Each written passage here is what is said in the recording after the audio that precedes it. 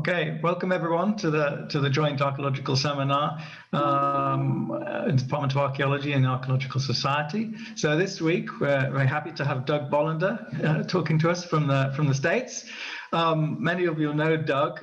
He's a senior lecturer in the Department of Anthropology at the University of Boston, Massachusetts, and he's of course been working in the North Atlantic and in Iceland for nearly 2 decades. As many of you will know, his kind of main area that he's worked on is in Skagafjörður in the north. Now, Doug's main interests are, of course, in landscape and particularly land tenure. And he's written quite extensively on these different issues. And also he has a book coming out about the Skagafjörður project forthcoming soon. So maybe we'll hear more about that. But today, Doug's going to talk about orientation of cemeteries in Skagafjörður. And I think with no further ado, I'll pass you over and we'll have some questions afterwards. Doug.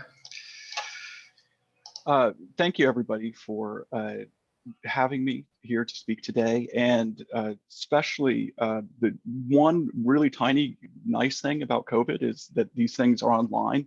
I suspect most of you who are in Reykjavik would love to be able to get together for lunch in the midday, but for those of us who are in the States, it's been really fantastic to be able to drop in on these. So I've really appreciated that quite a bit during the last few weeks. So today what I'd like to talk about is some work on the early Christian cemeteries in Skagafjörður, and especially looking at the orientation and layout of these. I'll be the first to say that this is very preliminary work, and it's also limited in the sense that I think there's just enough data to start really asking some questions about what's going on with these early churchyards, but not necessarily enough to do anything other than point at possible directions. And that's what I'll be doing today, is exploring some of the issues around these. So I want to start, as we all know, just sort of with the moment of Christian conversion around approximately 1000 AD in Iceland, and in particular to focus in on the radical transformation of the mortuary landscape that we see between the earlier pagan period and then the Christian period, and the number of things that change in who's represented and how these are organized.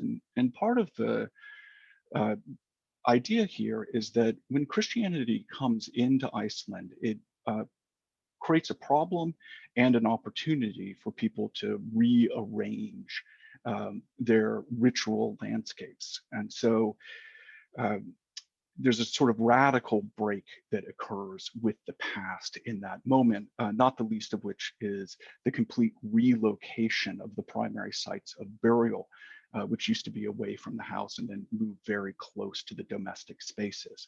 So just to put one of these horrible slides up that summarizes these sorts of things, the list of things that changes is quite large between the earlier pagan grave fields and the early Christian cemeteries, from things like grave goods being common in the pagan ones and I said no here, but we all know that there's all sorts of things that do show up in early Christian graves that raise the question of, is this a burial good, or should we think of it in that way, or is it just something that was included?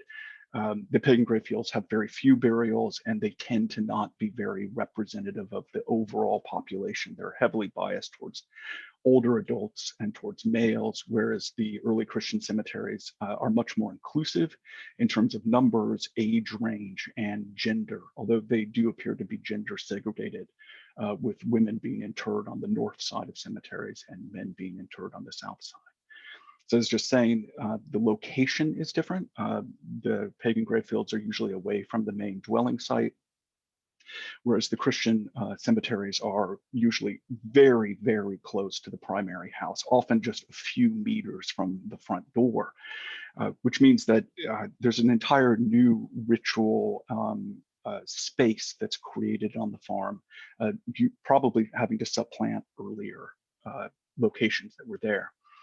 And then in terms of structures and layouts, there's a limited architecture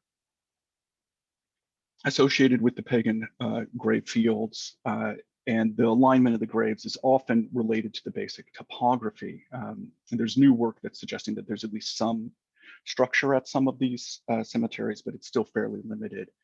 In the Christian graveyards and cemeteries. We see circular enclosures, we see churches, we see more elaborate organization, and in general, an Eastern alignment to the churches themselves. And that's what I really want to talk about today. Is I'm going to focus in on this alignment towards the east and the variation in what we might begin to be able to ask about how people are determining how to orient these things.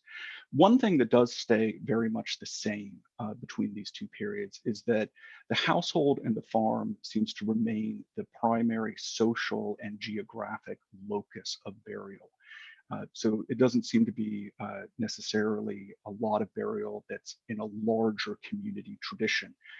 Most of the burials were and remain on individual farm properties, and they seem to be under the control or the domain of the individual household that's located there. So when we turn to this Eastern orientation, this is something that definitely comes in with Christianity, where in Christian eschatology, the saved will eventually be bodily resurrected on the morning of the Last Judgment. And churches and graves are often oriented in that way so that the dead can actually rise up on the morning of the day of judgment to be resurrected. We have some evidence archaeologically that this tradition around bodily resurrection and the orientation was very much present during this early period in the 11th century in Iceland. There are burial features that have been recovered in graves that would hold the head in a position so that it would continue to be facing east. And in some cases, there are positionings that will elevate the head, especially in infants, so that it is actually facing towards an eastern direction. And so this looks like this notion of an Eastern resurrection is very much part of that early tradition. Now, there are lots of different ways to think about what East means. And that's the core question that I'm interested in, is if you have a new sort of Christian cosmography that says that you should organize your new ritual spaces with an Eastern orientation, how do you pick what East you want to orient to? What is that new sacred direction that's really central to the faith and the new practices?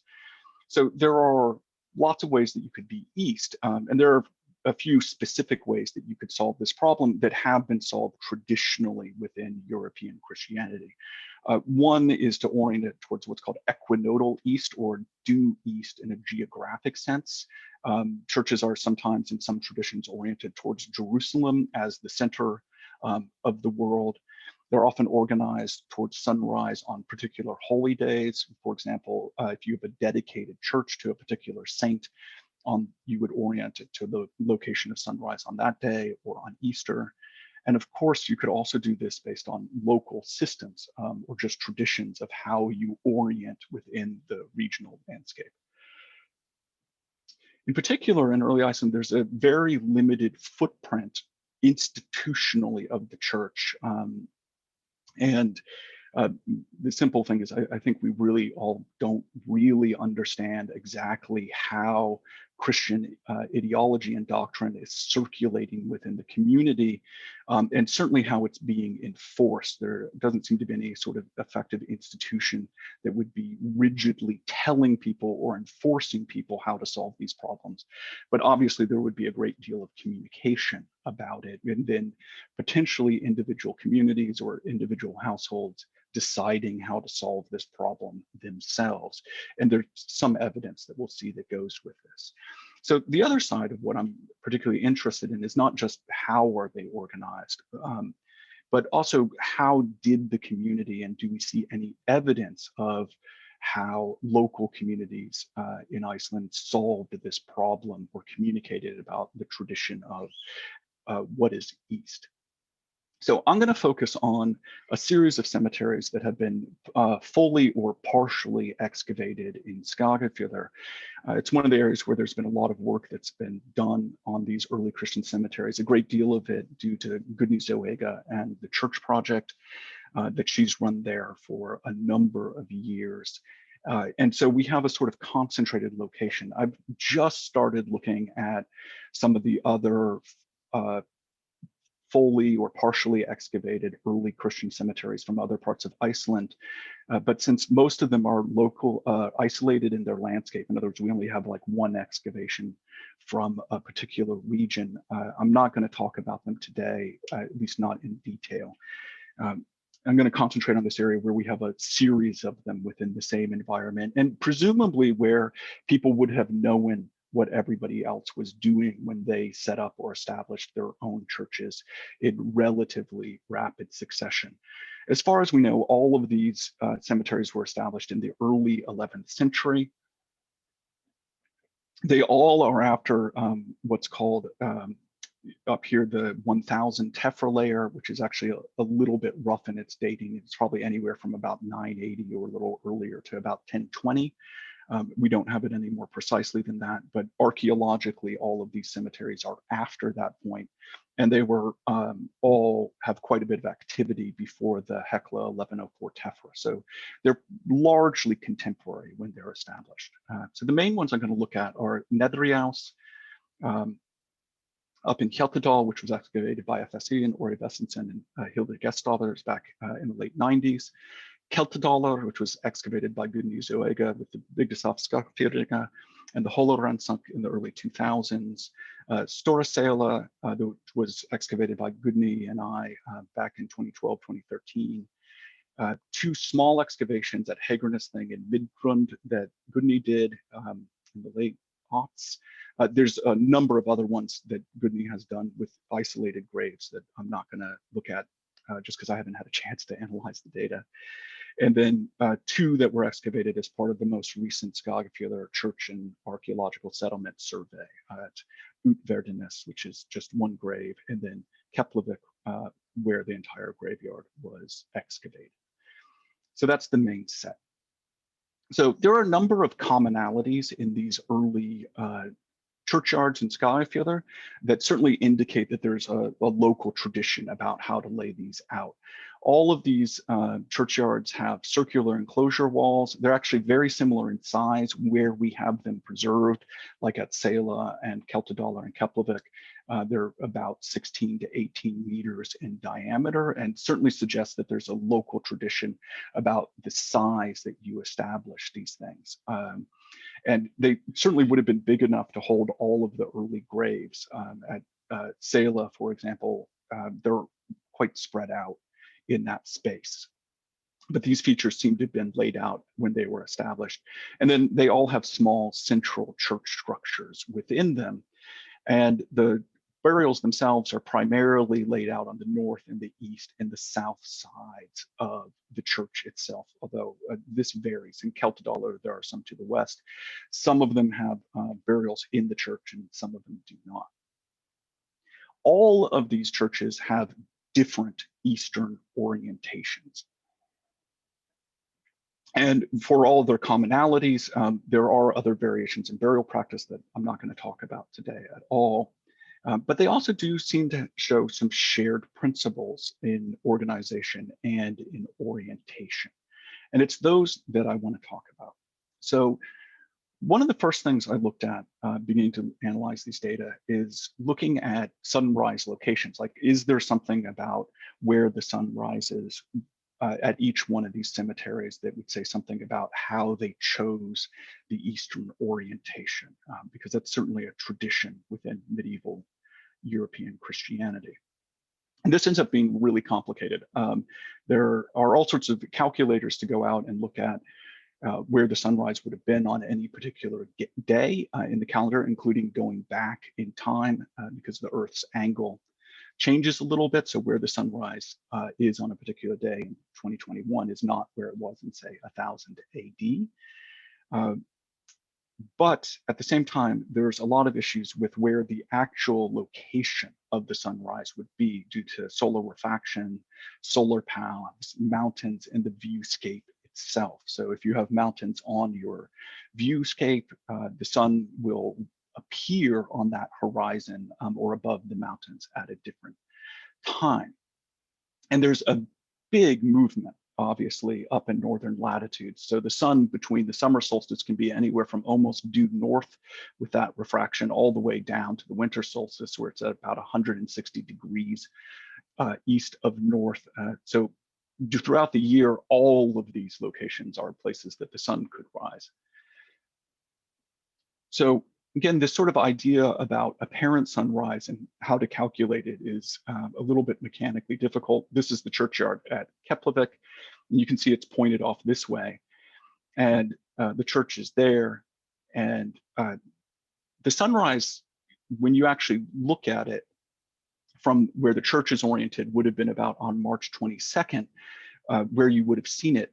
The sun actually rises over here well below the horizon, below the mountains at around 7:13 a.m. And it takes it almost an hour traveling slowly up, but also further south for it to break that horizon and suddenly finally appear here. So this is where you would actually see the sunrise on, for example, March 22nd in the main alignment of the church. I'm not going to go into how I calculated this in GIS, but it's lots of digital elevation models and other things. And it's there's lots of issues. It's really should be on the ground for this to check these, because modeling this is not inherently not problematic. And so looking at the main churches here that have been fully excavated, Neðri-Ás, Keflavík, Keldudalur, and Seyla, you can see the basic range of where the church is oriented, most of them a little bit south of due east, with the exception of Keldudalur, where the church isn't well preserved, but it seems to be very, very close to due east. And then I'm not going to spend time talking about the burials. They're a different tradition, and of course they occur over time, and there's a great more variation in them. But I did look at averages for them, and one of the things that you'll notice is frequently the average orientation of the burials doesn't actually match the orientation of the church. So individual burials don't necessarily match the orientation of the church, and overall they may actually diverge in significant ways. And there can also be very high variation within them. So at Keldudalur, they're all pretty close to the alignment of the church. They're quite similar, and there's not much variation. But at Keflavik and Seyla, they're highly varied. I just haven't done the calculations for Neðri-As yet. So I looked at, for example, like Easter, which occurs anywhere between March 22nd and April 25th, that's between 1000 and 1050 AD. And you certainly could have found an Easter orientation for some of these cemeteries. Neðri-Ás, it's possible. Keldudalur, it's possible that the sun would cross the horizon of the mountains at that time. But a couple of them, Keflavik and Seyla, it's just not possible that these could have been oriented based on that principle. And I haven't explored other saints' days. I really have no idea what saints' days to look for actually within the Icelandic community at this time period. If anybody has suggestions, I'd welcome them. But there do appear to be some orientation principles. One is that Keldudalur seems to be quite obviously oriented towards equinoctial east, and other ones seem to be pointed towards distinct geographic features in their local viewscape. This is true for Neðri-Ás, Keflavik, and Seyla. And when you stand at these, especially Keflavik and Seyla, I haven't been up to Neðri-Ás since starting to really look at this. You really notice that this is almost certainly the way that these churches are oriented. So for example, Neðri-Ás seems to be pointed actually to the distinctive high point in the nearby Ás mountainscape, and you can't actually see much beyond that from the site.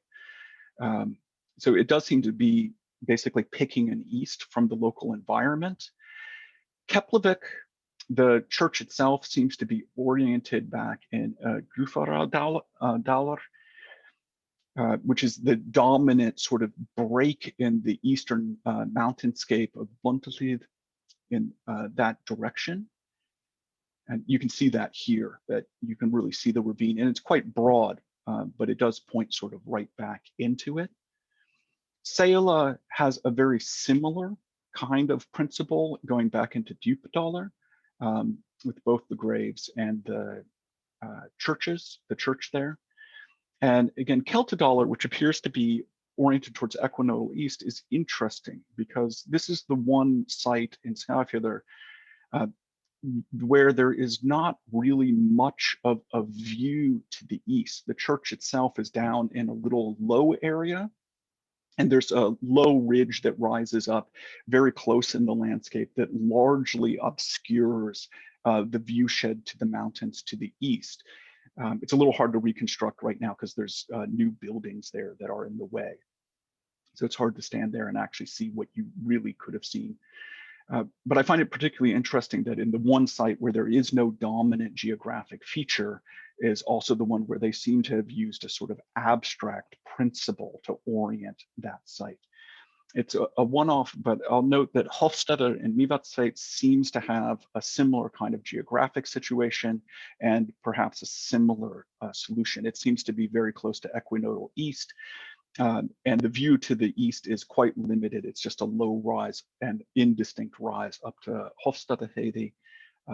Hildur, I've been talking to Hildur about this, and she's also suggested the principle that the church may be oriented based on the river, which is basically north-south.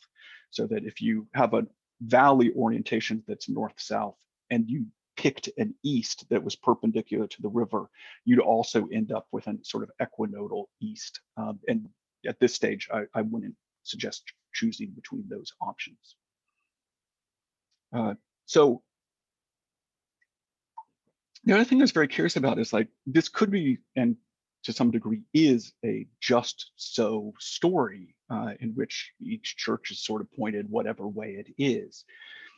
We do have some limited additional excavation from churchyards within the neighborhoods of these cemeteries where there's fuller excavation. I'm going to present this with a lot of caution and really just as a suggestion of what we can begin to maybe potentially look at. And part of the reason for that is that this is largely based on a very small number of burials that were exposed or excavated from each one of these churchyards. And as I noted before, the burials can vary quite a bit, one from another and from the church that they're with.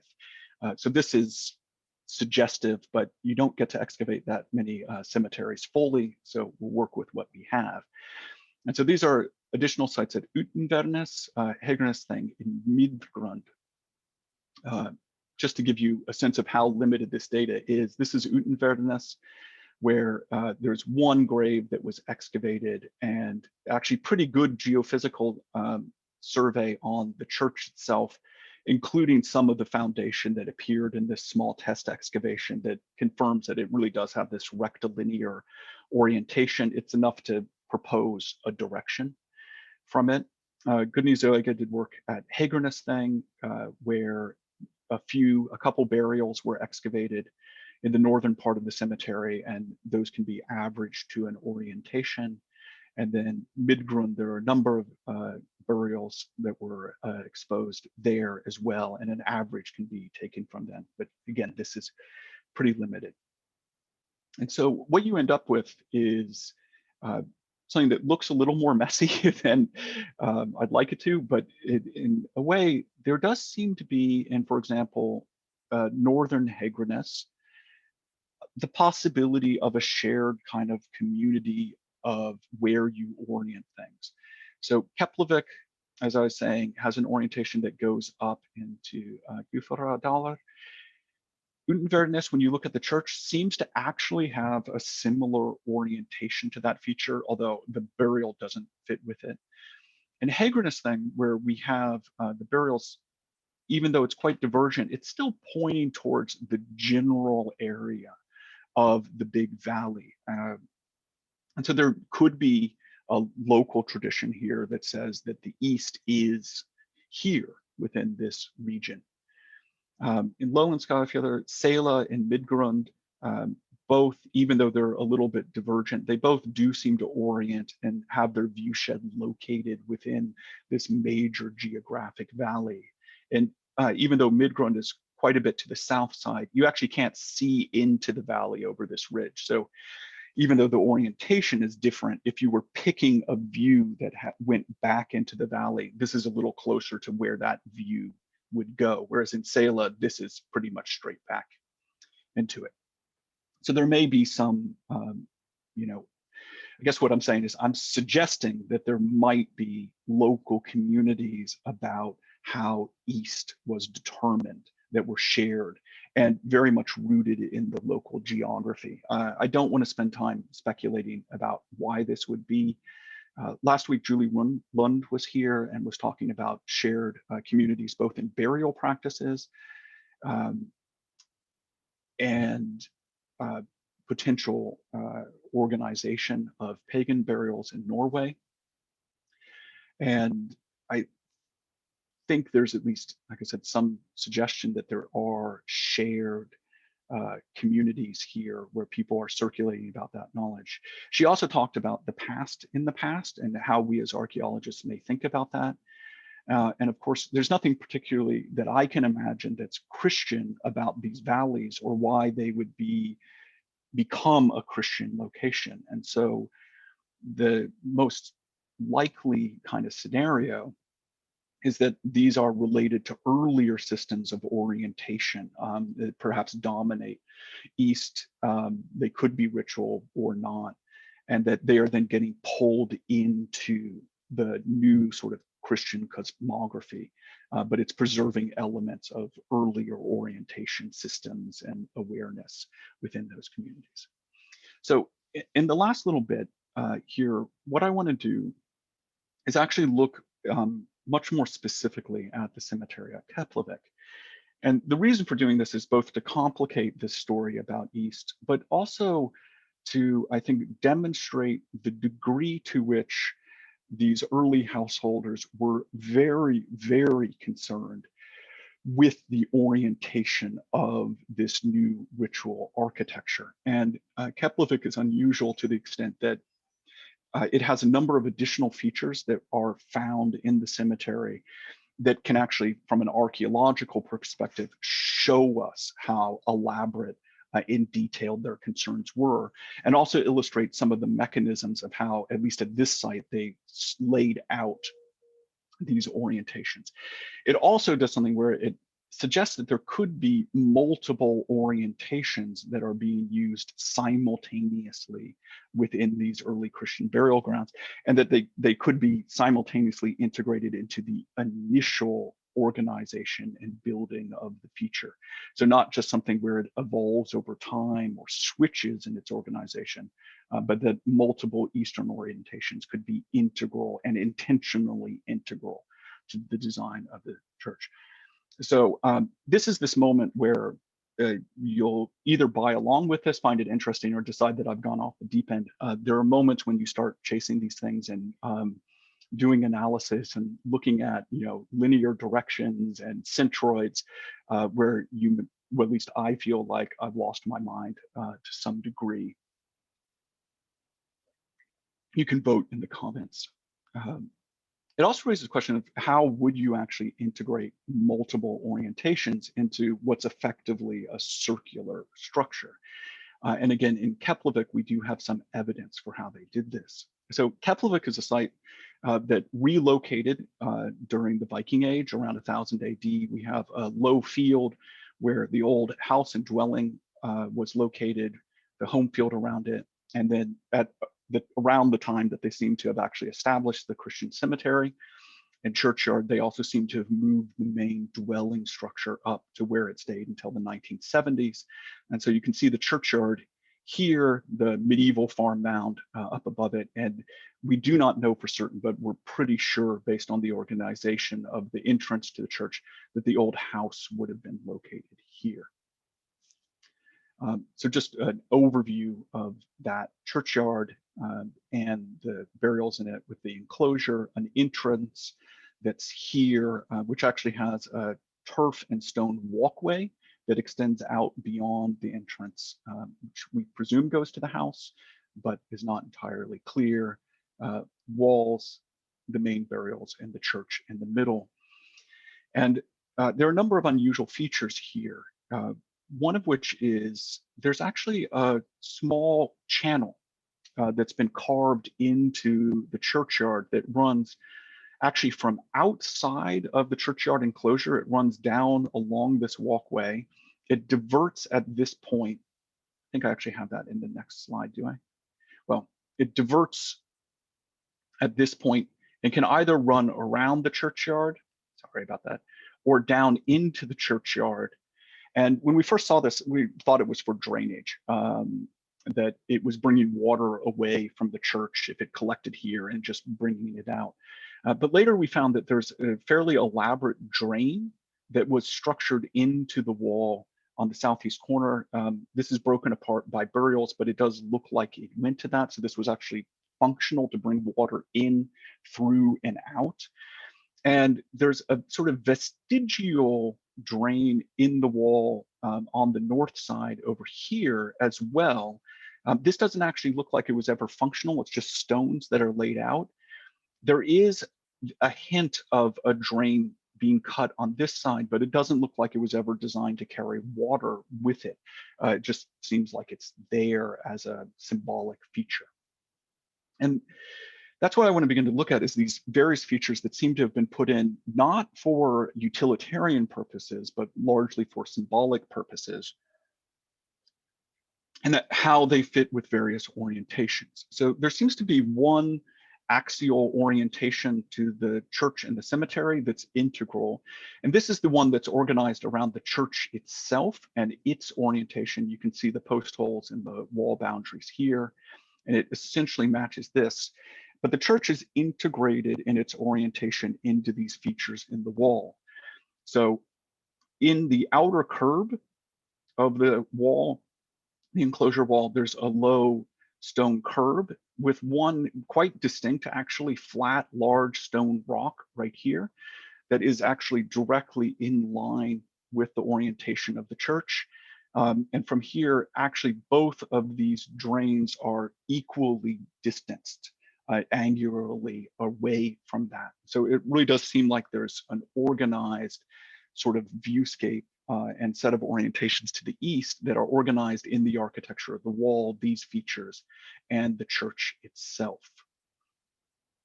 But there's a second set of features within the churchyard as well that seem quite elaborate. And this is another one where we really puzzled over it when it showed up in the excavation, and still frankly are puzzling over the mechanics of how it was created.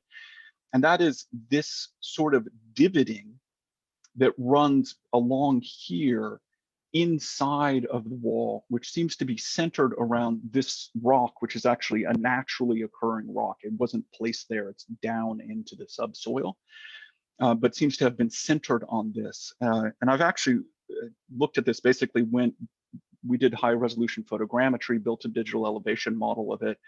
I modeled just lines for each one of these edges. And when you calculate the sort of average orientation of each one of these lines, you end up with things that actually center exactly in the middle of the church. In fact, they're about 10 centimeters away from where the center of the church based on its post holes are.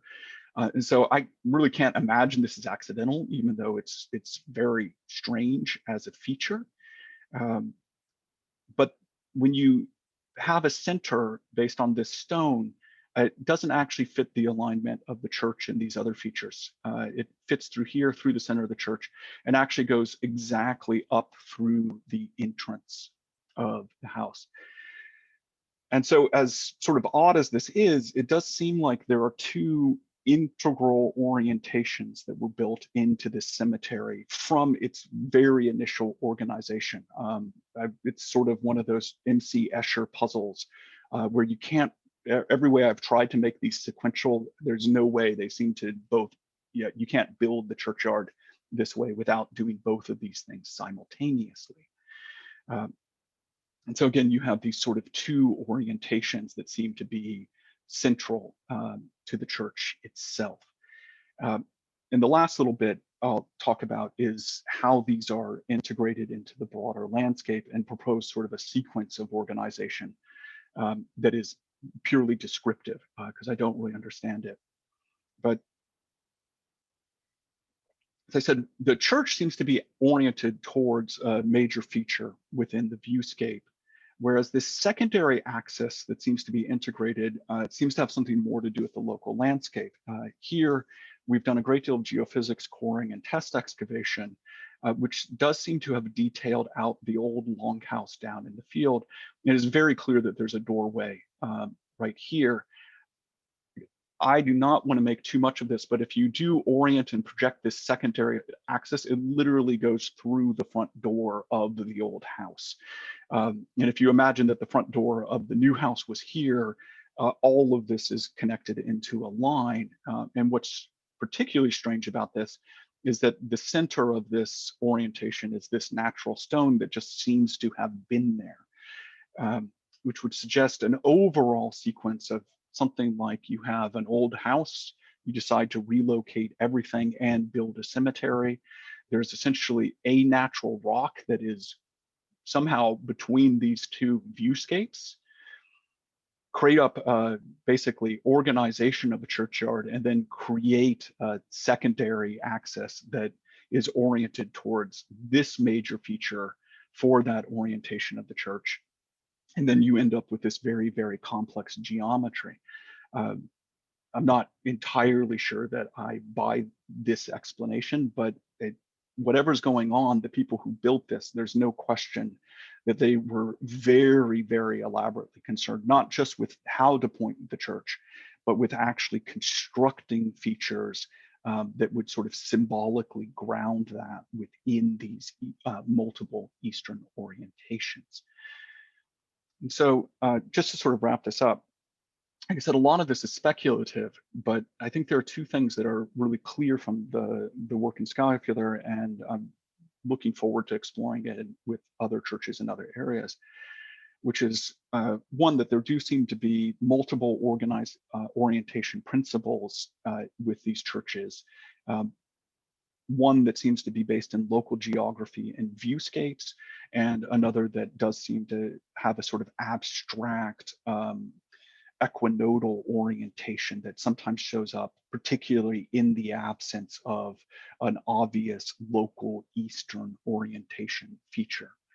There's at least a hint in the data that there may be local traditions of shared Eastern orientations for these churches, that people who lived in the same community and had the same viewscape may have adopted that as an orientation to organize their cemeteries.